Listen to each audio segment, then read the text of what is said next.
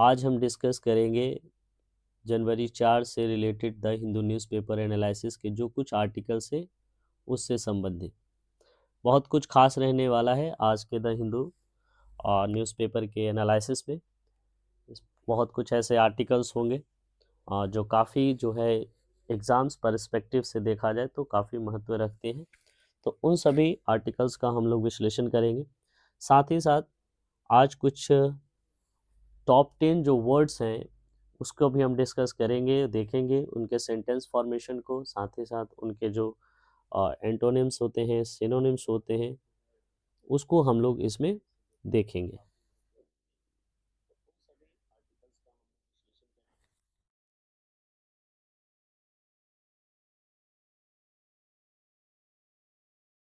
इससे कि पहले मैं आगे बढ़ूँ, आप लोगों से रिक्वेस्ट है कि इस चैनल को, शिक्षा मार्ग प्लेटफॉर्म को आप सब्सक्राइब कर लें। साथ ही अपने दोस्तों, अपने वैसे लोगों को जिनको आप जानते हैं, वो करंट अफेयर्स की जो तैयारी करते हैं, जो जिनको देश दुनिया की खबर से अपडेट रहना अच्छा लगता है, उन्हें आप इस चैनल को, इस वीडियो को शेयर करें ताकि हमारी जो रीच है वो उन तक बढ़ सके। साथ ही साथ उनकी जो नॉलेज है उसमें भी काफ़ी ज़्यादा वृद्धि हो सके। तो इस तरीके से इस सेशन की शुरुआत करते हैं। आप इस वीडियो को शेयर करें, लाइक कर दें और बेल आइकन को दबा दें। चलिए आज क्या कुछ खास है देखते हैं। आज का जो सबसे पहला जो कहें कि मोस्ट इम्पॉर्टेंट जो आर्टिकल्स, न्यूज़ आर्टिकल्स हमें हैं, वो है इंटरनेशनल न्यूज़। और वो आया है peace president of world, so called peace president of world हम कहेंगे यहाँ, जो अपने आप को ऐसा मान के चल रहे हैं कि दुनिया में शांति व्यवस्था कायम करने की जिम्मेदारी उनको मिली हुई है। तो आज जो है वो ट्रंप ने जो वेनेजुएला के प्रेसिडेंट के ऊपर जो कुछ एक्शन लिया है उसके ऊपर हम चर्चा करेंगे। ठीक है, उसके बाद हम आगे बढ़ेंगे एश्योर्ड पेंशन स्कीम के बारे में। ठीक है, ये एश्योर्ड पेंशन स्कीम क्या है वो देखेंगे। तमिलनाडु स्टेट ने ये जो शुरू किया है उसको देखेंगे। और जो नृत्य कला निधि अवार्ड है वो किसे दिया गया ये देखेंगे। नृत्य कला जो निधि अवार्ड है, इससे पहले हम लोगों ने देखा था कि म्यूजिक के फील्ड में ये दिया गया था संगीत का कला निधि अवार्ड। अब ये नृत्य कला निधि अवार्ड जो है वो किसे दिया गया है ये देखेंगे। साथ ही हम अगले जो आर्टिकल है उसमें देखेंगे ऑर्गन डोनर स्टेट्स की क्या है रैंकिंग, कर्नाटका कहाँ है इस स्थिति में, क्यों ये न्यूज़ में है, इसे देखेंगे। और ये जो बुद्ध से रिलेटेड जो उनके अवशेष है, उनके जो मॉन्यूमेंट्स जो हैं, वो इंडिया में मतलब प्रधानमंत्री नरेंद्र मोदी ने ये जो इनॉर्ग्रेट किया है उसको देखेंगे क्या है कुछ खास इसमें। और वन लाइनर अपडेट में आज बहुत कुछ रहने वाला है। साथ ही साथ आज चूंकि संडे है और आज का जो द हिंदू न्यूज़ एनालिसिस में हम देखते हैं कि ये एडिटोरियल आज में नहीं रहता है, तो एडिटोरियल के जगह पे कुछ एक इम्पॉर्टेंट जो एफएक्यू होते हैं उस पे से आज का जो सेशन होगा वो रहेगा। उसमें काफ़ी खास कुछ रहने वाला है एसिड अटैक सर्वाइवर्स के ऊपर। जो एसिड अटैक के बाद जो सर्वाइवर्स होते हैं उनकी जो लाइफ होती है, उनके जो जस्टिस होते हैं, उसमें उन्हें किस तरीके के सामना करने पड़ते हैं, उस सब चीज़ों को इसमें हम देखेंगे।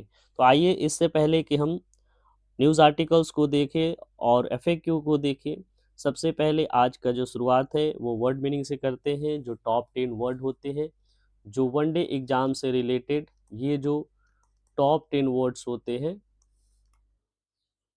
ये वनडे एग्जाम में पूछे जाते हैं।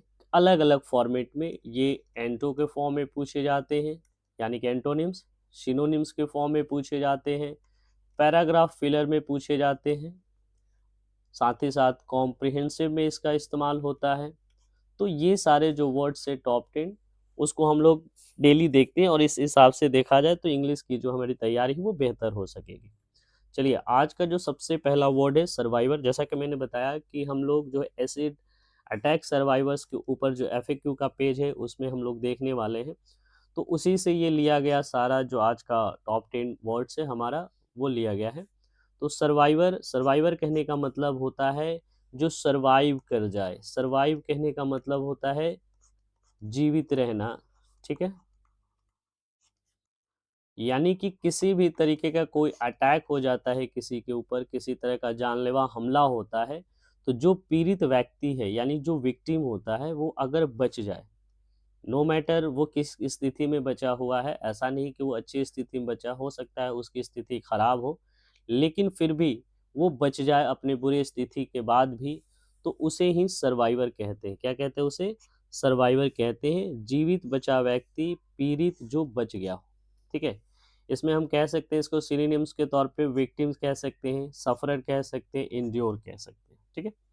उसी तरह से एंटोनिम्स इसके हो जाएंगे कैजुअलिटी, डिसीज, विक्टिम। कंटेक्चुअल जो है ये अपोजिट वर्ड है, ठीक है। यानी कि कैजुअलिटी जब डेथ हो जाए, बच नहीं पाए, डिसीज्ड हो जाए, मृत्यु हो जाए, तो उसे हम बोलते हैं इसका एंटोनिम्स, ठीक है। After the accident the survivor decide to share her story to help others. यानी घटना के बाद, दुर्घटना के बाद जो सर्वाइवर था उसने कोशिश ये क्या डिसाइड किया, निर्णय लिया कि वो बाकियों को अपनी कहानी बताएगा ताकि उससे लोग जो है सीख सके, ठीक है, और उनको मदद मिल सके, ठीक है। तो ये आज का जो पहला हमारा वर्ड है सर्वाइवर। सर्वाइवर कहने का मतलब होता है ऐसे व्यक्ति जो जीवित बच जाते हैं किसी दुर्घटना के बाद, ठीक है। वो दुर्घटना किसी भी तरीके की हो सकती है, नेचुरल भी हो सकती है, ठीक है। जनरली हम इसको नेचुरल नहीं, मैन मेड ही कंसीडर करेंगे, ये एक्सीडेंट जो होता है मैन मेड ही कहेंगे, ठीक है, जो इंसान के द्वारा लाई गई होती है। अगला जो वर्ड है हमारा वो है डिवोस्टिंग, ठीक है।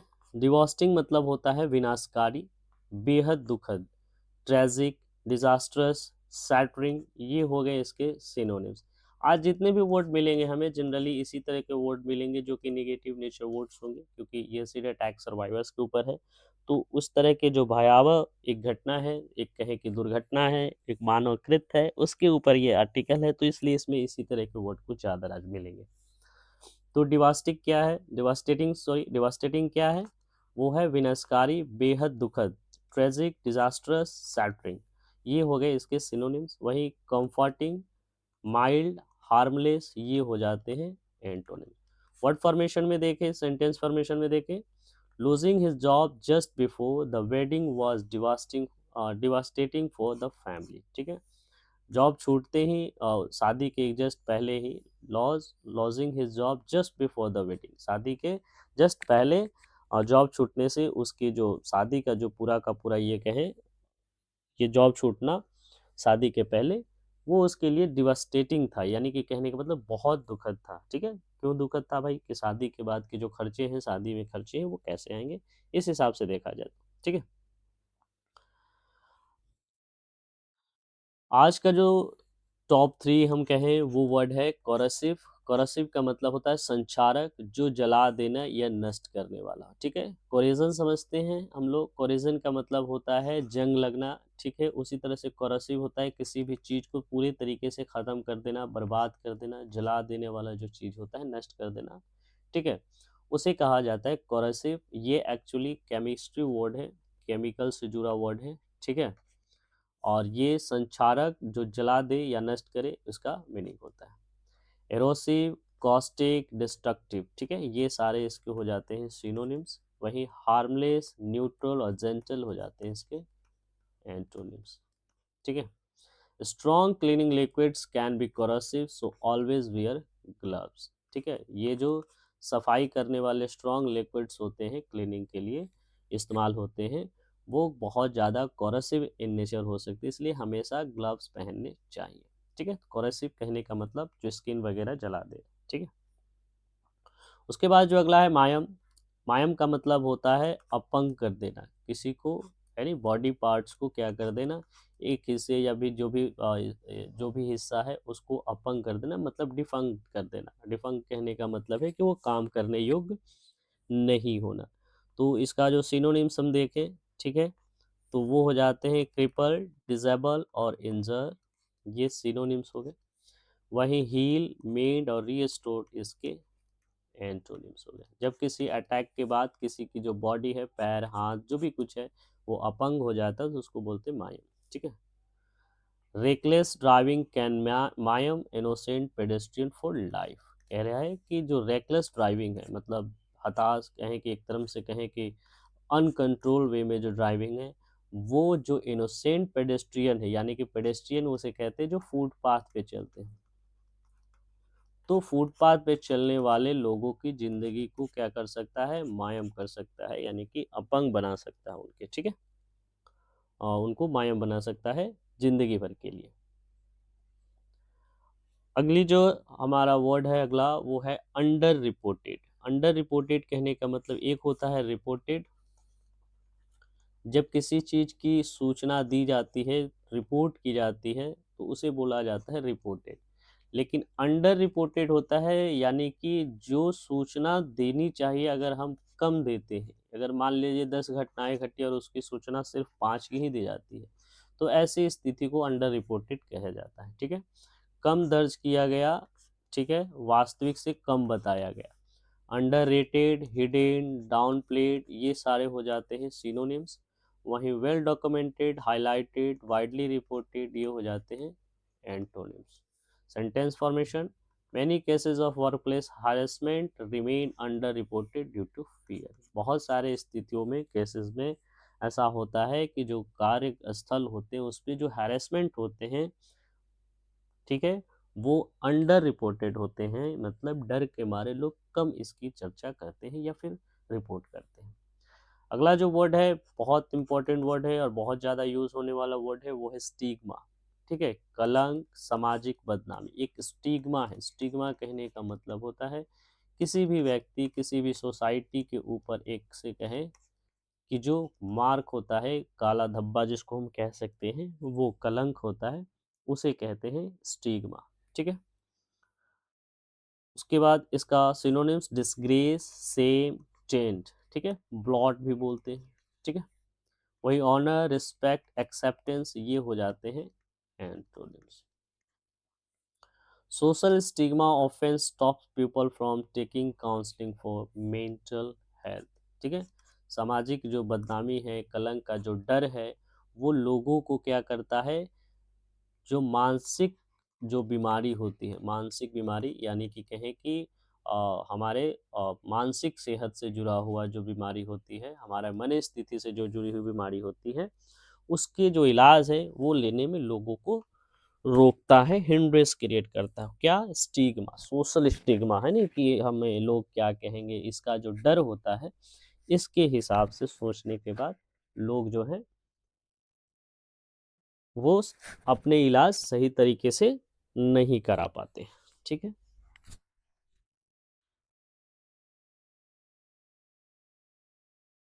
अगला जो वर्ड है उसके तरफ बढ़ते हैं, और अगला जो वर्ड है एक्यूटल है, ठीक है। एक्विटल क्या होता है? एक्विटल होता है जब किसी एक्यूज्ड को, एक्यूज्ड वो होता है जो कोई क्राइम करता है, दोषी होता है, उसे एक्यूज्ड बोलते हैं। तो जब किसी एक्यूज्ड को उसके एक्विजिशन से, यानी कि उसके दोष से मुक्त कर दिया जाता है, ठीक है। एक्यूज्ड का मतलब दोषी होता है, और उसके दोषी से जब उसको दोष मुक्त कर दिया कि मतलब आपने ये क्राइम या जो भी कुछ गलती है नहीं किए हैं, तो उसे कहते हैं एक्विटल, यानी कि बरी होना, ठीक है। तो जब कोई कोर्ट जो है किसी को बरी कर देता है तो उसे कहते हैं एक्विटल, यानी कि दोष मुक्ति। क्लियरेंस, एक्सोनरेशन, और उसके बाद रिलीज, ये सारे सिनोनिम्स हैं। वहीं कन्विक्शन, पनिशमेंट और सेंटेंसिंग, ये हो जाते हैं एंटोनिम्स। जब उनको सजा मिल जाती है तो सेंटेंस्ड भी कहते हैं, ठीक है। तो सेंटेंस का एक अलग सा वर्ड यहाँ मिलने को देखने को मिलता है। एक तो हम सेंटेंस जनरल वे में जब स्टडी वगैरह करते हैं तो वाक्य को कहते हैं, लेकिन सेंटेंस एक अलग मीनिंग भी रखता है, वो है किसी को सजा सुनाना या सजा देना, ठीक है। तो उसको सेंटेंसिंग कहते हैं। ये एंटोनिम्स है एक्विटल के।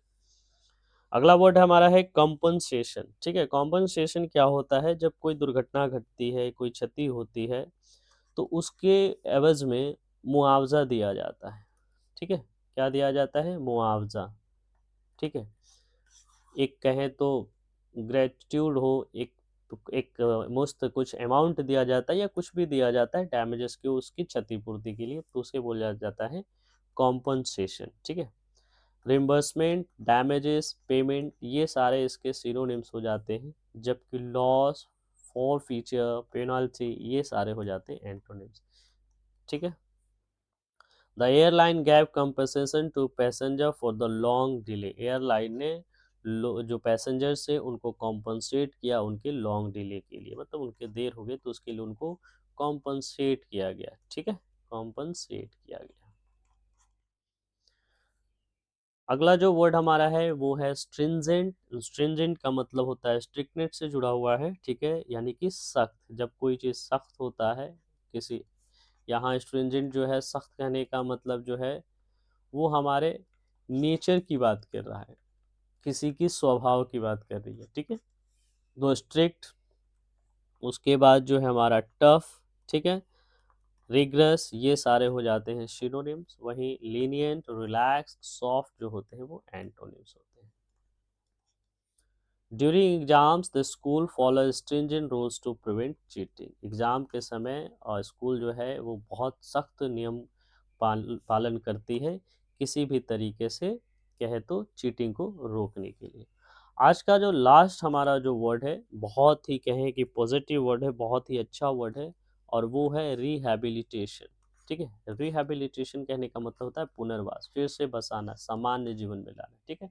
जैसे सपोज कीजिए कहीं बाढ़ आ गया या फिर कहीं पे बांध बन रहा है, ठीक है, तो वहां से जब लोगों को डिस्प्लेस्ड कर करके कहीं और बसाया जाता है तो उसको बोलते हैं रिहैबिलिट, ठीक है, रिहैबिलेट करते हैं, कि रिहैबिटेट कर रहे हैं, रिहैबिलेट कर रहे हैं, ठीक है, ये रिहैबिलिटेशन से जुड़ा हुआ वर्ड है। लेकिन एक और टर्म होता है जब किसी के लाइफ में कुछ ट्रॉमा रिलेटेड कोई घटना घट जाता है जिससे वो काफ़ी ज़्यादा परेशान हो जाता है, वो दुर्घटना जो है उसको हमेशा कहें तो परेशान करती है, या फिर नशाखोरी का शिकार हो जाता है और उसका जो जीवन है अस्त व्यस्त हो जाता है, तो फिर उससे छूट करके फिर अपनी जो पुनः ज़िंदगी फिर से शुरू करता है, तो उसे हम लोग बोलते हैं कि रिहैबिलिट किया जा रहा है, ठीक है। तो ये रिहैबिलिटेशन से जुड़ा हुआ है सामान्य जीवन में लाना। जैसे इसको अगर हम सिनोनिम्स की बात करें तो वो होता है रिकवरी, रीइंटीग्रेशन, रीस्टोरेशन। वहीं अगर एंटोनिम्स की बात करें तो नेग्लेक्ट, अबैंडनमेंट और डैमेज, ये सारे एंटोनिम्स हो जाते हैं। After surgery proper rehabilitation help him walk normally again, ठीक है, सर्जरी के बाद उसका जो रिहैबिलिटेशन हुए और उसको बहुत ज़्यादा मदद मिला चलने में, ठीक है। तो ये थे आज के कुछ महत्वपूर्ण वर्ड्स, ठीक है, टॉप 10 वर्ड्स हम लोगों ने देखा, ठीक है, जो कि वन डे एग्ज़ाम्स जिनमें जैसे एसएससी या फिर अदर स्टेट के भी एग्ज़ाम्स होते हैं, या फिर बात करें तो और भी सेंट्रल गवर्नमेंट के जो भी एग्ज़ाम्स होते हैं, ठीक है, उनमें ये वर्ड्स जो होते हैं अलग अलग डिफरेंट तरीके से पूछे जाते हैं। एक तो ये वर्ड मीनिंग के तौर पे पूछ लिए जाते हैं, दूसरा ये एंटोसाइनों के रूप में पूछ लिए जाते हैं, तीसरा ये पैराग्राफ फॉर्म में पूछे जाते हैं, उसी तरीके से फिलर के रूप में आ जाते हैं। तो ये सारे जो वर्ड्स से आए दिन अलग अलग एग्जाम्स में पूछे जाते हैं, और ये चूँकि द हिंदू न्यूज़पेपर से ये वर्ड्स पिक किए जाते हैं तो इनकी जो क्रेडिबिलिटी होती है वो बहुत ज़्यादा बेहतर मानी जाती है। तो ये इंग्लिश की तैयारी को बहुत ज़्यादा मजबूती देगा। तो ये वैसे एग्ज़ाम्स के लिए ये एक तरह से कहें कि रामबाण का काम करेगा, ठीक है। आइए बढ़ते हैं आज के हम अगले जो न्यूज़ आर्टिकल्स हमारे जो हैं आज के उसके तरफ। आज का जो न्यूज़ आर्टिकल है वो इंटरनेशनल है और वो है यूनाइटेड स्टेट्स ऑफ अमेरिका ने, यानी कि ट्रम्प ने, ठीक है, वेनेजुएलियन जो कहें कि वेनेजुएला का जो प्रेसिडेंट है निकोलस मादुरो, उनको एक तरह से कहें कि बंधक बना करके उनको अपने देश यानी कि यूएसए ले आए, ठीक है। ये एक लंबी ऑपरेशन के बाद ये घटना घटी, इनको ये किया गया। क्या कुछ मामला है, क्यों ऐसा हुआ, ठीक है, ये समझेंगे, ठीक है। और ये कहा जा रहा है कि एक तरीके से ट्रम्प ने ये जो कुछ किया है, ट्रम्प जो डोनाल्ड ट्रम्प हैं उन्होंने जो कुछ ये किया है वो उसके पीछे वो बता रहे हैं कि रीज़न क्या है, कि इनके ऊपर ट्रायल चलेगा, ठीक है, नारकोटिक्स का ट्रायल चलना है इनके ऊपर। क्या है मामला ये देखेंगे, ठीक है। तो ये जो इशू की बात करें तो जो निकोलस मादुरो हैं, यानी कि ये हैं प्रेसिडेंट ऑफ वेनेजुएला, जो कि वेनेजुएला जो है वो साउथ अमेरिका में आता है, ठीक है। तो वो बहुत सारे चार्जेस लगाए गए हैं यूएस के सदर्न डिस्ट्रिक्ट ऑफ न्यूयॉर्क में जो कोर्ट है उसमें। और ये इन पे आरोप है 2020 से चल रहा है। क्या है आरोप? इनके पास से बहुत सारे जो कहें कि नार्को टेररिज्म स्कीम चलाने का इन पे आरोप है, किसके साथ मिलकर के? कोलंबियन एफआरसी के साथ में, ठीक है। तो ये चार्जेस जो हैं वो 4 तरीके के चार्जेस हैं मेन। नार्को टेररिज्म कॉन्स्पिरेंसी, ठीक है। इसमें लगभग अगर कहा जाए यूएसए के कोर्ट्स के या यूएसए लॉ से, तो उनको 20 साल की सज़ा हो सकती है, ठीक है। वहीं कोकेन इम्पोर्टेंस कॉन्स्पिरेंसी में उनको लगभग 10 साल की सज़ा हो सकती है। उसी तरीके से मशीन गन का और डिस्ट्रक्टिव डिवाइसेस होने के केसेस में और ड्रग क्राइम्स के केस में इनको 30 साल की सज़ा हो सकती है यूएस के कोर्ट और कानून के अनुसार। तो इन पे ये आरोप है कि उनके पास हथियार है, ठीक है। साथ ही ड्रग से रिलेटेड ये इनके स्कीम से जो यूएस में किए गए हैं, उसके आरोप में इनको वहाँ से उठा करके कहें तो अमेरिका लाया गया। इससे बहुत बड़ी जो कहें कि उथल पुथल मच चुकी है पूरे दुनिया में। लोग जो हैं कई तरीके से दो धाराओं में बट चुके हैं। कई जो है लोग वो उसको ये कर रहे हैं, सपोर्ट कर रहे हैं, कई जो है उसके अगेंस्ट में है, ठीक है। तो ये conspiracy possess machine guns and destructive devices, maximum life हो गया।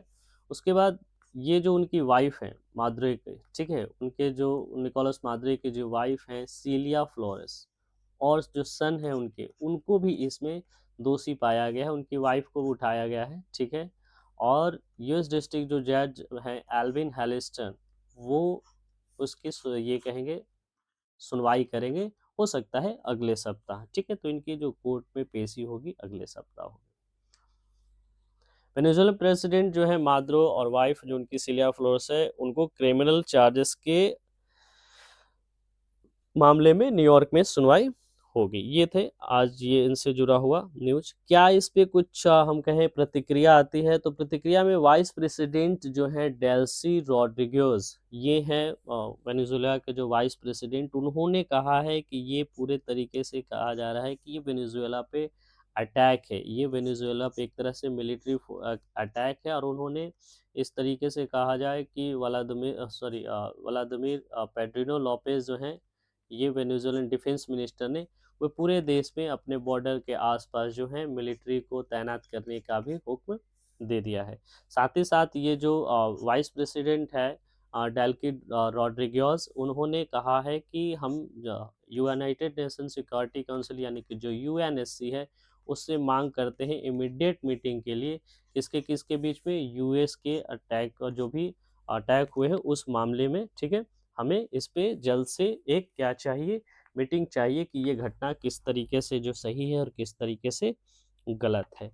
बहुत सारे देशों ने इस घटना को कहें तो क्रिटिसाइज़ किया है, जिसमें ऑब्वियस है कि रसिया होगा, ठीक है। इसमें रसिया ने इस घटना को क्रिटिसाइज़ किया है और बोला है कि ये किसी भी देश की सॉवरेनिटी के ऊपर हमला है, किसी भी देश की संप्रभुता के ऊपर ये क्या है? पूरे तरीके से हमला माना जा रहा है। हमने बहुत पहले भी चर्चा किया था कि प्रेसिडेंट ट्रंप जो है, डोनाल्ड ट्रंप जो है, एकमात्र एक ऐसे प्रेसिडेंट हैं कि जो उन्हें लगता है कि वो peace president of the world है। वो दुनिया में शांति कायम करने का एकमात्र उनको उत्तरदायित्व दिया गया है, ऐसा उनको भास होता है। तो इससे देखा जाए कि किसी भी देश की जो सॉवरेनिटी है, किसी भी देश को, प्रेसिडेंट को, कोई देश का सुपर पावर जो है कि कोई अगर सुपर पावर कंट्री है, अगर वो ले आती है उठा करके, तो क्या ये कितना सही है? आप भी सोचिए। और इसको आप अगर आप बेहतर समझ सकते हैं तो उसको कमेंट में डालिए कि क्या इस पे आप सोचते हैं, इस घटना पे क्या आपकी राय है? क्या इस तरह की घटनाएँ सही हैं? जो आजकल के, हम पहले अगर बात करें कि जब अ, एक ऐज था, एक समय था जब साम्राज्यवाद की बात चलती थी, तो उस समय तो समझ में आता था। लेकिन आज ये जो घटनाएँ हैं वो बहुत ही कहे जाए कि रेयर मानी जाती है और बहुत ज़्यादा ये कम पाया जाता है। तो ये घटना आपको किस तरीके से आपको समझ में आता है, कैसे आप इसको देखते हैं? इसे आप कमेंट सेक्शन में बताइए। हालाँकि इसके जो पूरे डिटेल्स हैं वो अच्छे तरीके से अभी नहीं आए हैं। कुछ का मानना है कि जो प्रेसिडेंट डोनाल्ड ट्रंप है, उनका मानना है कि जो वेनेजुएला जो कि एक ऑयल रिच कंट्री है, उसके जो तेल के जो भी खदानें हैं, जो तेल से जुड़े हुए जो क्षेत्र हैं, उस पे भी ये कब्ज़ा करने वाले हैं और साथ ही साथ उनका मानना है कि जब तक वेनेज़ुएला में अच्छी सरकार नहीं बन जाती, शांति व्यवस्था नहीं कायम हो जाती, तब तक वो वहाँ पे अपने प्रतिनिधि के द्वारा रूल करने की बात भी सामने आ रही है। हालाँकि देखते हैं क्या होता है इसमें, क्या कुछ अपडेट आता है, इसको आगे हम लोग देखेंगे।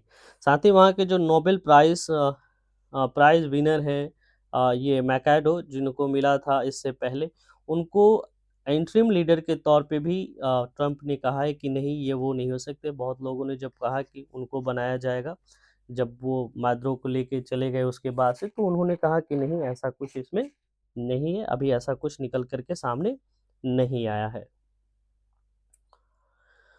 इस घटना के बाद पूरे कहें कि आस-पास के जो इलाके हैं, जिसी तरीके से ये जो कोलंबिया है, ठीक है ना? कोलंबिया ने अपने बॉर्डर एरिया जो वेनेजुएला से जुड़े हुए हैं, उसमें अपने जो पूरे आर्मी के जो डिप्लॉयमेंट है, वो उसे बढ़ा दिया है और साथ ही साथ ये बोला है कि लैटिन अमेरिका के जो कहें तो सॉवरेनिटी है, उस पे बहुत ज़्यादा ये खतरा के रूप में इस घटना को देखा जा रहा है, ठीक है? तो ये कोलंबिया के प्रेसिडेंट जो है गुस्ताव पेट्रो, उन्होंने अपने बॉर्डर एरियाज़ में जो कि वेनेजुएला से सटे हुए हैं, उसमें आर्मी की तैनाती कर दी है, ठीक है? आइए बढ़ते हैं एक अगले न्यूज़ की तरफ। ये न्यूज़ जो है बहुत ज़्यादा कहें कि इम्पोर्टेंट है वैसे लोगों के लिए जो किसी न किसी तरीके से गवर्नमेंट के एम्प्लॉयी हैं, स्टेट गवर्नमेंट एम्प्लॉयी हैं, ठीक है? तो तमिलनाडु सरकार ने एक स्कीम लेकर के आई है, वो है आपके पेंशन से जुड़े जो तमिलनाडु के जो एम्प्लॉयी हैं, अब उनको ये जो पेंशन है वो कहें तो एश्योर्ड पेंशन मिलेगा उन्हें। एनपीएस या यूँ कहें कि यूपीएस से हट कर के एक एश्योर्ड पेंशन की बात की जा रही है और वो एश्योर्ड पेंशन जो है वो 50% मिलेंगे लास्ट सैलरी के। यानी कि किसी भी एम्प्लॉयी का जब सुपरन्यूएशन जब होता है यानी कि रिटायरमेंट होती है, तब जब सैलरी रहेगी उसके 50% जो है उनको ये मिलेगा, सैलरी के 50% जो है उनको मिलेगा एज़ ए पेंशन के तौर पे।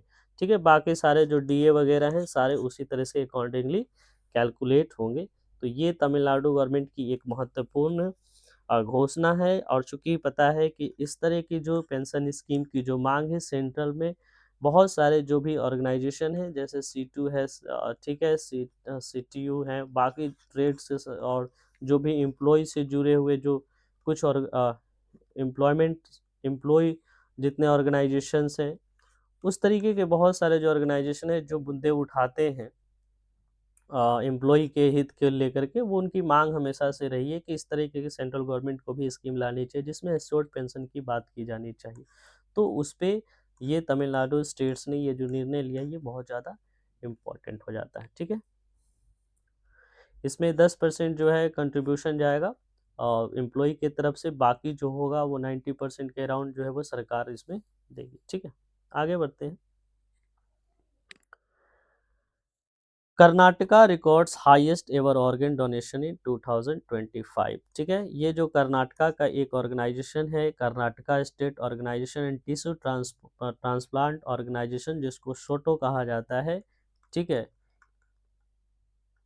तो ये जो है पूरे तरीके से कहा जाए तो कर्नाटक में सबसे फर्स्ट ऐसा ऑर्गेनाइजेशन है रैंकिंग में जो सबसे ज़्यादा जो है ऑर्गन को डोनेट किया है, ठीक है? ऑर्गन डोनर के रूप में आया है उभर करके। वहीं अगर पूरे भारत में कहें तो जो कर्नाटका है उसकी जो स्थिति है as a organ donor state की, तो वो है तीसरी है, ठीक है? और उसके पहले जो हम बात करें तो तमिलनाडु है फर्स्ट पे, ठीक है? और उसके बाद तेलंगाना जो है वो है सेकंड पे। तो फर्स्ट तमिलनाडु, सेकंड तेलंगाना और थर्ड जो हो जाता है वो हो जाता है कर्नाटका और ये हैं top most organ donor of states in India, ठीक है? तो इसकी ये संख्या है।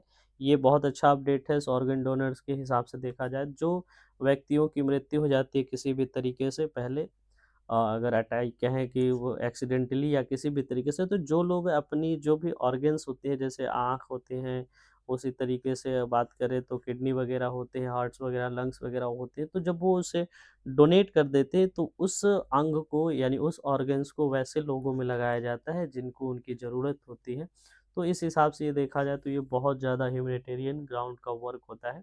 और इसमें बहुत लोग जो होते हैं सोशल स्टिग्मा और बहुत सारे ऐसे चीज़ें होती हैं जिस प्रेजुडाइजेस होते हैं, उसकी वजह से लोग जो है वो ऑर्गन डोनेट नहीं करते हैं। लेकिन जो राज्य हैं जो कर्नाटक, तमिलनाडु और तेलंगाना में ये बहुत ज़्यादा अच्छा देखने को मिल रहा है। अगर हम बात करें तमिलनाडु को तो उसने लगभग 267 किए डोनेट, वहीं तेलंगाना 205 यानी कि 205, वहीं अगर कर्नाटक की बात करें तो 195, यानी कि इस तरीके से हम देख रहे हैं तो ये फर्स्ट रैंक में तमिलनाडु, तेलंगाना दूसरे और कर्नाटक तीसरे पे।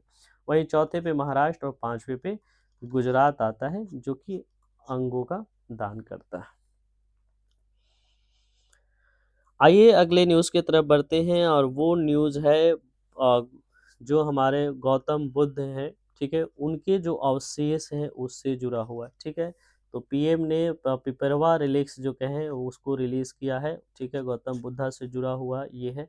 और उनका मानना है नरेंद्र मोदी जी ने कहा इस इनॉग्रेशन में कि जो भी शांति है वो डायलॉग्स है, जो बातचीत है वो बहुत ज़्यादा ज़रूरी होती है किसी भी मुद्दे को, किसी भी डिस्प्यूट को सुलझाने में। क्योंकि गौतम बुद्ध का भी ऐसा मानना था, गौतम बुद्ध का भी ऐसा सिद्धांत है कि शांति और व्यवस्था लाने के लिए हमें संवाद की ज़रूरत होती है, वहाँ पे डायलॉग्स की ज़रूरत होती है, ठीक है। तो ये जो रिलिक्स है उसको रिलीज़ किया गया है। पिपरवा रिलिक्स जो है ये grand international exposition of sacred Piprahwa relics के नाम से इसको रिलीज़ किया गया है, जिसका जो थीम था वो था the light and the lotus. ये थीम था रिलिक्स का, the light and the lotus, relics of the awakened one at the Rai Pithora culture complex in New Delhi, ठीक है। ये न्यू दिल्ली में ये कल्चरल कॉम्प्लेक्स है जो पिथौरा में, इसको रिलीज़ किया गया, ठीक है। तो ये इम्पोर्टेंट हो जाता है खास करके बौद्ध धर्म से रिलेटेड जितने भी चैप्टर्स हैं उनमें इसकी जो प्रासंगिकता है वो बढ़ जाती है। साथ ही साथ बिहार से रिलेटेड जितने भी एग्जाम्स हैं उनके लिए भी ये बढ़ जाता है, क्योंकि बुद्ध की जो पूरी की पूरी की कहीं कर्मस्थली थी वो बिहार का क्षेत्र रहा है, ठीक है। तो ये डिफरेंट डिफरेंट देश जो थे, थाईलैंड, मलेशिया और बाकी जो कहें कंबोडिया, इन सबों में जो कि दूर दूर के जो बौद्धिज्म से जुड़े हुए जो देश थे उनसे वहाँ के जो रिलिक्स थे उनको वापस लाया गया, उनके जो अवशेष थे जिसको कहते हैं वो वापस लाया गया और उसके बाद से ये एग्जीबिशन रखा गया, ठीक है। आइए बढ़ते हैं आज के जो महत्वपूर्ण एफएक्यू की जिसकी मैं चर्चा कर रहा था वो था एसिड अटैक्स को लेकर के। एसिड अटैक्स को लेकर के भारत में क्या कुछ है, क्या ये घटना है, कहाँ भारत इसमें स्टैंड करता है, क्या डाटा कहती है और क्या कानून है, इन सबों पे चलेंगे, ठीक है। आखिर ये कौन है शाहीन मलिक, जो किस लिए ये लड़ रही है, ये सब समझेंगे, ठीक है। और साथ ही साथ हमारे जो नेशनल रिकॉर्ड्स ब्यूरो की जो डाटा है, नेशनल क्राइम रिकॉर्ड्स ब्यूरो की जो डाटा है वो क्या कहती है इस चीज़ों पे वो समझते हैं, ठीक है। ये बहुत बहुत कहें कि इम्पोर्टेंट एक तरह से एफएक्यू के पेज पे आया था जिसको हमने आपके लिए लाया है। एसिड अटैक्स की बात करें जहाँ तक, तो अभी ये घटना के बारे में चर्चा क्यों हो रही है, तो ये है एक घटना की चर्चा इसलिए हो रही है कि ये 2009 में एसिड अटैक्स की शिकार हुई थी, ठीक है। और ये जो दिसंबर 24 का इसका एक कहें कि कोर्ट ने जो एसिड अटैक्स के जो कल्प्रिट्स थे, जो एक्यूज थे, उनको बरी कर दिया, एक इक्विटल हो गए वो। ये 16 साल की जो ये जो लड़ाई थी उसमें अगर कहा जाए तो जो सर्वाइवर थे, जो सोशल एक्टिविस्ट थे शाहीन मलिक, वो इसमें हारती हुई दिखी। और उनका मानना है कि ये जो चीज़ है अगर हम इस तरीके की घटना घटती है तो जो सर्वाइवर हैं, जो एसिड अटैक सर्वाइवर इस तरह के और भी देश में, उन्हें कहीं ना कहीं ये रूप से ये कहें कि हतोत्साहित करेगा, उन्हें हताश करेगा। और इस तरीके से देखा जाए तो उनको काफ़ी ज़्यादा दिक्कतों का सामना करेगा, साथ ही साथ ऐसे अपराधों को वो बढ़ावा देगा। तो इसके अगेंस्ट वो दिल्ली के जो हाई कोर्ट है, दिल्ली के जो कोर्ट है, उसकी ये जो निर्णय है एक्विटल के, उसको अगेंस्ट में वो आगे जा कर के इसकी अपील करने की बात कह रहे हैं। जहाँ तक बात करें अगर हम डाटा की, तो ये जो डाटा है वो सिर्फ़ और सिर्फ़ शाहीन मलिक से ही जुड़ा हुआ नहीं है। यानी कहने का मतलब ये जो अटैक्स है वो सिर्फ़ शाहीन मलिक जैसे लोगों के साथ नहीं होता, बल्कि अगर हम देखें डाटा के तौर पे तो 2023 में अगर देखा जाए तो लगभग 703 ये जो एसिड अटैक्स देखे गए हैं, जिसमें से मात्र 16 को कन्विक्शन हुआ और 27 जो है एक्विटल हो गए। देखिए 703 घटनाएँ घटती हैं, ठीक है। और उसमें से 16 को ही मात्र सज़ा मिलता है, ठीक है? कन्विक्शन जो रेट है वो देखिए कितना कम है, और साथ ही साथ जो एक्विटल है वो 27 का, और बाकी कहाँ गए? वो ट्रायल में है, या यूँ कहें कि उसकी सुनवाई जो है अभी शुरू नहीं हुई। तो ये बहुत बड़ा गैप देखने को मिलता है एसिड अटैक सर्वाइवर्स को कहें तो जस्टिस दिलाने में, ठीक है? अब बात करें हम कि आखिर एसिड अटैक्स क्या है, तो एसिड अटैक्स कहें तो एक ऐसी दुर्घटना है, एक ऐसा मैनमेड कृत्य है, एक कहें कि एक घिनौना कार्य है जिसमें सल्फ्यूरिक या फिर हाइड्रोक्लोरिक या फिर नाइट्रिक एसिड जैसे जो एसिड होते हैं, सल्फ्यूरिक एसिड, हाइड्रोक्लोरिक एसिड या नाइट्रिक एसिड, उसे कॉमनली इसमें यूज़ किया जाता है। ये जो चीज़ें हैं, ये जो कोरेसिव सब्सटेंस है, वो हड्डियों को, मांस को गला देते हैं, उन्हें खराब कर देते हैं, बहुत ज़्यादा जलन कर देते हैं।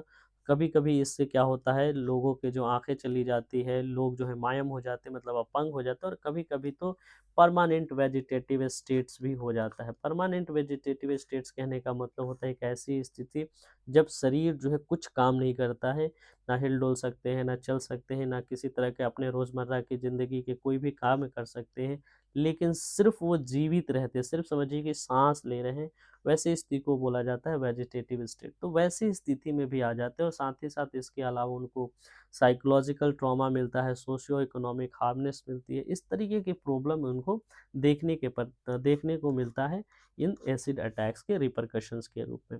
आखिर ये एसिड अटैक्स होते क्यों? इसका सबसे बड़ा कारण होता है, सबसे ज़्यादा जो कारण देखा जाता है, वो होता है पर्सनल रिलेशन को लेकर के। ये जो पर्सनल रिलेशनशिप है, जिसमें बहुत सारे जो कुछ लोगों के डिमांड्स होते हैं, जैसे सेक्स को लेकर के डिमांड होते हैं, डाउरी को लेकर के डिमांड होते हैं, साथ ही साथ शादी को लेकर के डिमांड, मतलब अपने तरफ ज़बरदस्ती किसी तरह की किसी से अपेक्षा करना, और अगर उसको ना मिले तो उसके अगेंस्ट में किसी तरह की जो कहीं ये एक्ट की जाती है। तो ये कहीं न कहीं देखा जाए तो ये पूरे तरीके से उन लोगों के साथ किया जाता है जिनको वो खुद जानते हैं, या फिर कभी उनके साथ उनके कुछ संबंध रहे होते हैं, और डोमेस्टिक अब्यूज़ के क्षेत्र में भी ये देखने को मिलता है, ये एसिड अटैक्स के बारे में।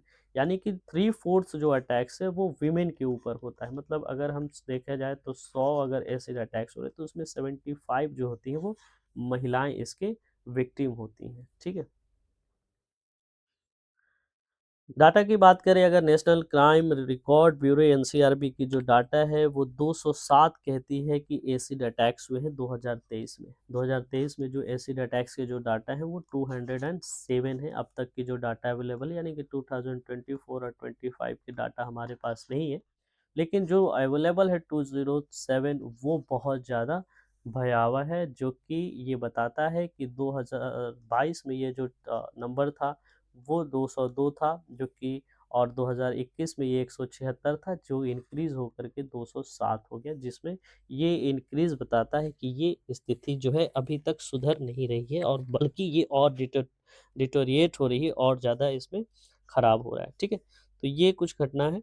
उसके बाद अगर कहें कि ये जो घटनाएँ होती हैं वो पूरी तरीके से अंडर रिपोर्टेड होती है। क्यों होती है? इसका सबसे बड़ा कारण होता है सोसाइटल स्टिग्मा। लोगों को होता है कि हमारी बदनामी होगी, इसके वजह से जो ये घटनाएँ अगर किसी के साथ घटती भी है तो लोग जो है इसकी रिपोर्टिंग नहीं करते हैं। कहने का मतलब है कि इसकी शिकायत किसी थाने या किसी व्यवस्था के पास, किसी कोर्ट के पास इसकी नहीं की जाती है, सिर्फ़ इस भय से कि आगे चल कर के फिर हमारी ही बदनामी होगी। तो ये कुछ मामले हैं जो इस कृत्य को, इस कहें कि कुकृत्य को बढ़ावा देने में ज़्यादातर रोल प्ले करता है। अगर स्टेट्स की बात करें कि किन स्टेट्स में ये जो 2023 की जो 207 टोटल आउट ऑफ जो घटना घटी उसमें ये कौन-कौन से स्टेट रहे, तो 2023 में 57 रिपोर्ट्स जो हैं अगर कहें देखा जाए तो वो और दर्ज किए गए वेस्ट बंगाल में, मतलब कि 57 जो एसिड अटैक्स हुए वेस्ट बंगाल में हुए, वहीं 31 उत्तर प्रदेश में हुए, और 15 गुजरात में हुए, ठीक है। ये 3 ऐसे मोस्ट अफेक्टेड स्टेट्स हैं जहाँ पे ये देखा जाए तो एसिड अटैक्स की घटनाएँ ऑब्ज़र्व की गई हैं।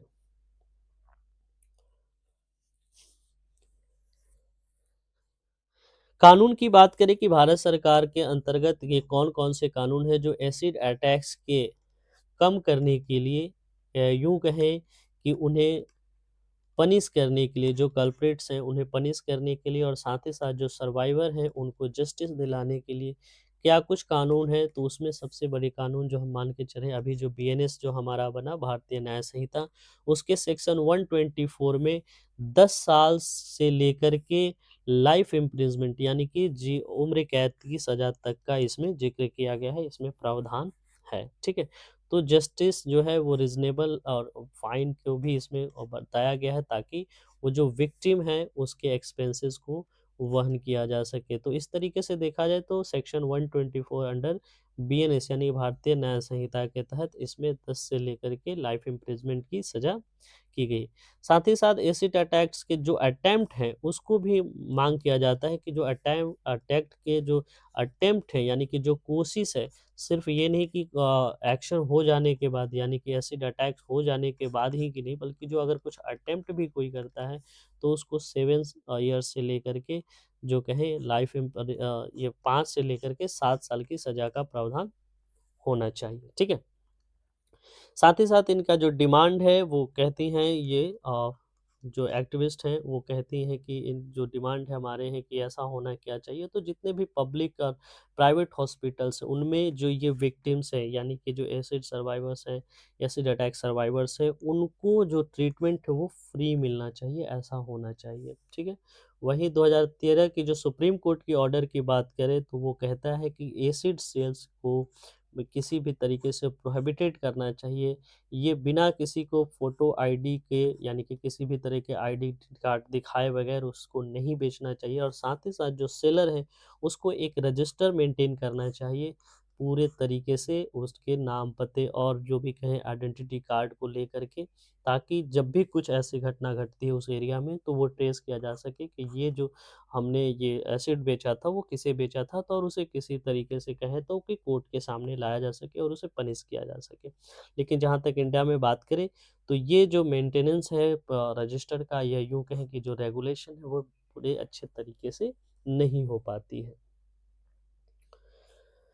आखिर क्या ऐसे स्टेप्स हमें लेने चाहिए जो जिससे जो क्राइम है उसमें कमी आए, ये क्या कहें कि ख़त्म हो सके, और साथ ही साथ जो सर्वाइवर्स हैं, एसिड अटैक सर्वाइवर्स हैं, वो उसको उनको मदद मिल सके, उनको सपोर्ट मिल सके।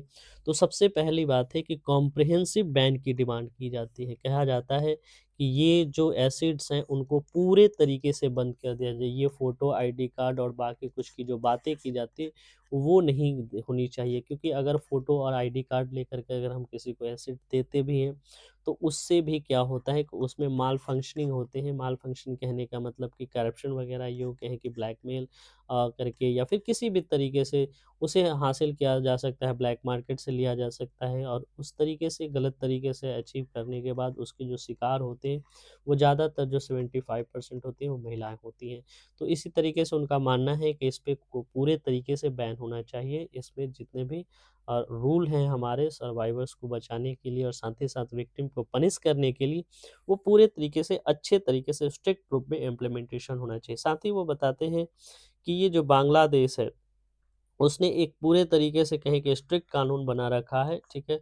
और उसने लगभग 30 दिनों के अंदर बहुत सारे दुकानें जो है एसिड से जो सेल कर रहे थे, उनको क्या कर लिया, बंद कर दिया गया है। 2002 में ये उसने एक कानून बनाया और उसके बाद वहाँ की जो स्थिति देखी जाए तो उसमें काफ़ी सुधार है। तो उनका मानना है कि ये जो सुधार उसमें देखा गया वो लगभग 15% से लेकर के 20% का जो उसमें कमी आई इस अटैक्स में, वहाँ की घटना में।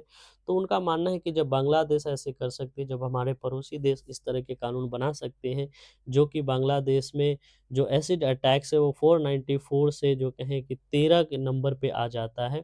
वो अगर कर सकती है 2002 से जो घटना जो 494 थी वो घट कर के 13 आ जाती है, वो घटना को इतना कम कर सकती है, तो भारत को भी करने की क्षमता रखनी चाहिए और भारत को भी ऐसा करना चाहिए।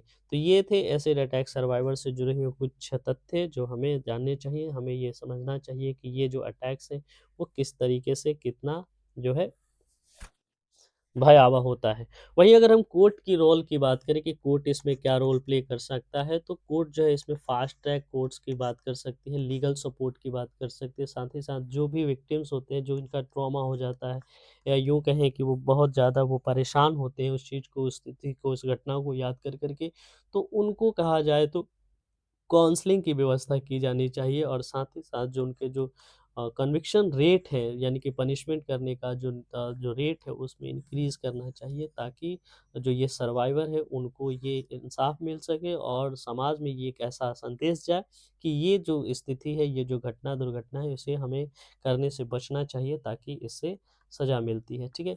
जस्टिस वर्मा कमेटी के जो रिकमेंडेशन है कि इसके लिए नेशनल फंड की व्यवस्था की जानी चाहिए, जिससे लाइफ लॉन्ग जो एसिड सर्वाइवर्स है उनको मेडिकल, साइकोलॉजिकल, एजुकेशनल और स्किल डेवलपमेंट से जुड़ी जो कुछ भी जो खर्च है उसका वहन किया जाए, उनके कम्प्रिहेंसिव रिहैबिलिटेशंस को लेकर के उसको भी मानना चाहिए, जो justice J S Verma committee की ये जो रिकमेंडेशन है। तो ये थे कुछ महत्वपूर्ण एसिड अटैक सर्वाइवर्स के ऊपर आर्टिकल्स, ठीक है। आइए बढ़ते हैं नृत्य कला निधि अवार्ड की तरफ। नृत्य कला जो निधि अवार्ड है इस बार का, जो उन्हें दिया गया है उर्मिला सत्यनारायणन को, ठीक है। तो ये उर्मिला सत्यनारायणन जो है भारतनाट्यम के जो नृत्य हैं, ये नृत्य करती हैं, ठीक है, डांसर हैं ये, और उन्हें नृत्य कला निधि अवार्ड से सम्मानित किया गया है। वहीं अगर हम बात करें ओल्डेस्ट जो कहें ह्यूमन क्रिमेशन का, एक मालावी जगह है, वहाँ पे ये पाया गया है कि जो सबसे पुराने जो शवों को जो जलाने का जो साक्ष्य है वो प्राप्त हुआ है लगभग 95 साल पहले। ये जो साक्ष्य है 9500 साल पहले का ये साक्ष्य मिला है। वहाँ पे देखा जाए तो इन सीटू फॉर्म में, यानी कि जो पायर है यानी कि जो शव हैं उनको जलाने के साक्ष्य वहाँ पे मिले हैं। ये जगह है मालावी, ठीक है। वहीं बिहार गवर्नमेंट की बात करें तो बिहार गवर्नमेंट ने एक हेल्थ स्कीम फैसिलिटीज़ लेकर के आई है। वो है कि लोगों के जो एडल्ट कहें कि जो बुज़ुर्ग हो गए हैं, जो एल्डरली हैं, सीनियर सिटीजन्स हैं, उनके जो स्वास्थ्य से जुड़े हुए जो कुछ फैसिलिटीज़ हैं, उनको ये फैसिलिटी जो अब हैं वो डोर स्टॉप पे मिलेंगे। मतलब कहने के मतलब कि उनके दरवाजे-दरवाजे जा कर के उनके जो स्वास्थ्य है उसकी परीक्षण किए जाएगा। उसमें उनको जो बहुत सारे जो टेस्ट हैं, जैसे मान लीजिए नर्सिंग असिस्टेंट है या पैथोलॉजी टेस्ट हैं, जैसे ब्लड प्रेशर है या फिर ईसीजी टेस्टिंग है। इसी तरह से फिजियोथेरेपी जो है, इन सबों जितने भी सुविधाएँ हैं उनको उनके घर तक पहुँचाई जाएगी। साथ ही साथ नीतीश गवर्नमेंट ने यानी कि नीतीश सरकार ने एक्स पे ये पोस्ट करके इस स्कीम से जुड़े हुए कुछ सजेशंस भी माँगे हैं, जिसे आप जो है ये जो मेल आईडी है सीएम सेक्रेटेरिएट ये CM dash secretariat dash Bihar dot sorry @gov.in पे आप इनको मेल कर सकते हैं और बता सकते हैं अपने कुछ भी यूँ कहें कि जो सजेशन जो इसमें आप कुछ करना चाहते हैं, ठीक है?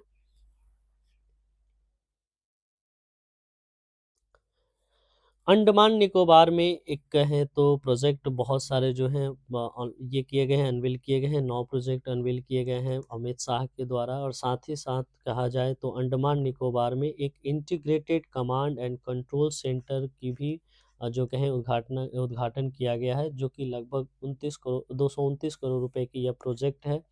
और ये अपने आप में कहें तो ये comprehensive integrated command and control centre होगा सिक्योरिटी पर्पस के लिए, और ये इस तरह का पहला ऐसा एक कहें कि इनिशिएटिव है जो बाकी डेवलप्ड इंडिया के जो सिटीज़ हैं उसके, ठीक है, तुलना में, ठीक है। तो ये अंडमान निकोबार में ये एक integrated command and control centre का उद्घाटन किया गया है, ठीक है, प्रोजेक्ट का अमित शाह के द्वारा। आइए जानते हैं प्रगति यानी कि प्राइम मिनिस्टर का ये जो फ्लैगशिप प्लेटफॉर्म है, proactive governance and timely implementation. किसी भी जो भी गवर्नमेंट की जो कुछ नीतियाँ होती हैं वो सही तरीके से रियल टाइम में उसका जो है हम कहें कि ले सके, जो भी कुछ उसकी क्या प्रगति है, किस तरीके के काम का क्या स्टेज है, किस तरह का काम चल रहा है और कब तक ये पूरे हो जाएँगे, ये पूरे अपडेट को लेने का एक प्लेटफ़ॉर्म बनाया गया है, वो है प्रगति यानी कि proactive governance and timely implementation. ठीक है? ये प्रगति की जो कहें कि 50 जो मीटिंग है वो सफलतापूर्वक जो है हो चुकी है। ये इसी पे ये इसका न्यूज़ बना है। 50th मीटिंग इसके सक्सेसफुली कंडक्ट किए गए हैं, और इसकी जो शुरुआत है वो प्राइम मिनिस्टर नरेंद्र मोदी ने 2015 में किया था। ठीक है? इससे रियल टाइम मॉनिटरिंग हो पाती है किसी भी इंफ्रास्ट्रक्चरल प्रोजेक्ट की, पब्लिक ग्रीवांसेस की, और साथ ही साथ इसमें जो प्राइम मिनिस्ट्रियल जो रिव्यू गवर्नेंस रिफॉर्म्स को भी इसमें ऑब्जर्व किया जाता है। तो ये है proactive governance and timely implementation Pragati. कभी कभी इस तरह के जो एक्रोनिम्स हैं वो किसी वनडे एग्जाम्स में पूछ लिए जाते हैं कि आखिर प्रगति से आप क्या समझते हैं, और उसके बाद बहुत सारे कुछ उनके एक्रोनिम्स के फुल फॉर्म दिए गए होते हैं जिसमें आपको सही आंसर तक पहुंचना होता है। तो ये है Pragati, proactive governance and timely implementation. ये हैं मुस्तफ़िज़ुर रहमान, जो कि बांग्लादेश के पेसर हैं, बहुत तेज़ गेंदबाज हैं, ठीक है। उनको जो है आईपीएल की टीम से कहे तो निष्कासित कर दिया गया है बीसीसीआई के आदेश पे। अभी जो हमारी स्थिति है बांग्लादेश के साथ देखने की डिटोरिएट हो रही है, तो इसको ध्यान में रख करके बीसीसीआई ने, हालांकि कुछ खास उन्होंने ऐसा कुछ नहीं बताया, लेकिन बीसीसीआई ने ऐसा निर्देश दिया है कि मुस्तफ़िज़ुर रहमान को इस सीरीज से बाहर कर दिया जाना चाहिए, और उनको इस तरीके से बाहर कर दिया। ये बीसीसीआई सेक्रेटरी जो देवाजीत सायकिया हैं, उन्होंने इसका फैसले के बारे में बताया। सिद्धा डे के बारे में बात करते हैं। जो हमारे सीपी राधाकृष्णन जो हैं वाइस प्रेसिडेंट ऑफ इंडिया हैं, उन्होंने इनोग्रेट किया 9वें सिद्धा डे के बाद, ठीक है, चेन्नई में। इसकी जो सेलिब्रेशन चल रहा है उसकी जो शुरुआत की है, ये सिद्धा डे क्या है, एक तरह से कहें कि ये वे ऑफ, ये कहें तरीका है ये किसी तरीके का इलाज का। जिस तरह से आयुष होता है, जिस तरह से आयुष होता है, या यूँ कहें कि जो पैथोलॉजी होता है, उसी तरीके से ये एक वे है, एक कहें कि मेथड है जिससे इलाज किए जाते हैं। तो ये मिनिस्ट्री ऑफ आयुष के साथ साथ ये directorate of Indian medicine and homeopathy, government of Tamil Nadu, ये सब मिल करके इसकी जो कहें ये सेलिब्रेशन कर रहा है। ये सिद्धा फॉर ग्लोबल हेल्थ के नाम से ये थीम है इसका, इस सिद्धा सेलिब्रेशन का, 9वें सिद्धा सेलिब्रेशन का ये जो थीम है वो है सिद्धा फॉर ग्लोबल हेल्थ, है नहीं। ये बर्थ एनिवर्सरी के तौर पे मनाया जाता है। जो हमारे ऋषि मुनि थे अगस्त्य, उनके जो है बर्थ जो है एनिवर्सरी के तौर पे ये मनाया जाता है। जो सिद्ध मेडिसिन के क्षेत्र में उनका बहुत ज़्यादा योगदान था। इसमें बहुत सारे जो प्रैक्टिशनर्स थे, साइंटिस्ट थे, कॉमेडियंस थे, स्कॉलर्स थे, ये सब इसमें शामिल हुए, ठीक है। तो ये देखिए एक्स यानी ट्विटर पे हमारे श्री सीपी राधाकृष्णन ने ये इसको ये किया है कि जुबली सेलिब्रेशन जो कहें शक्ति अम्मा ये श्रीपुरम वेल्लोर में है, उसमें हिस्सा लेने की घटना को पोस्ट किया है, ठीक है। तो इससे पहले हमने देखा कि सीपी राधाकृष्णन ने ये सिद्धा डे में भी पार्टिसिपेट किया, और साथ ही साथ ये जो है शक्ति अम्मा जो है श्रीपुरम वेल्लोर में है, उसके उसमें शामिल हुए, ठीक है। तो इसको हम लोगों ने यहाँ पे देखा। ये सारे वनडे एग्ज़ाम्स में वन लाइनर के तौर पे पूछे जाते हैं, ठीक है। तो ये थे कुछ खास आज के न्यूज़ आर्टिकल्स, ये आज के कुछ तथ्य थे, फैक्ट थे, जो वनडे एग्ज़ाम्स के साथ-साथ स्टेट पीएससी, बीपीएससी यानी कि एचएसपी यानी यूपी पीसीएस, इन सबों में ये बहुत ज़्यादा महत्वपूर्ण रखते हैं। साथ ही साथ यूपीएससी फैक्ट्स में भी ये बहुत ज़्यादा काम आते हैं। वही अगर हम वर्ड्स की बात करें, उसमें एसएससी का जो फॉर्मेशंस जो वर्ड्स के रिलेटेड होता है, उसमें ये महत्वपूर्ण हो जाता है। हमारा जो टॉप 10 के जो वर्ड्स होते हैं, तो इस चैनल्स को आप जो है शिक्षा मार्ग को सब्सक्राइब कर लें, बाकी दोस्तों के बीच शेयर करें। साथ ही आप इसको इंस्टा पे भी फॉलो कर सकते हैं। इंस्टा का जो आईडी है शिक्षा डॉट मार्ग है। वहीं अगर आप एक्स पे हैं, ट्विटर पे हैं, तो वहाँ इसको फॉलो कर सकते हैं। यूट्यूब पे इसे आप सब्सक्राइब कीजिए, शेयर कीजिए, लाइक कीजिए उन अपडेट्स के लिए। जो बाकी अपडेट्स इस पे आते हैं, अभी हमने आपके लिए बिहार एसएससी से जुड़ा हुआ चैप्टर वाइज जो है प्रैक्टिस लेकर के आए हैं, ठीक है। और उस चैप्टर वाइज प्रैक्टिस में हमने बायोलॉजी से शुरुआत की है, तो आप जा कर के इसे भी देख सकते हैं। ये काफ़ी अच्छा बना हुआ है। उसमें हमारी जो तैयारी है बिहार एसएससी की, जो अप्रैल टू जून में होने वाले जो एग्ज़ाम है उसको टारगेट करके बनाया गया है। तो बाकी सारे वीडियोस को आप जा कर के इस चैनल पे देख सकते हैं। इस चैनल को सब्सक्राइब करने के साथ ही आपको बेहतर अपडेट भी मिल सकते रहेंगे। देखने के लिए, पार्टिसिपेट करने के लिए थैंक यू।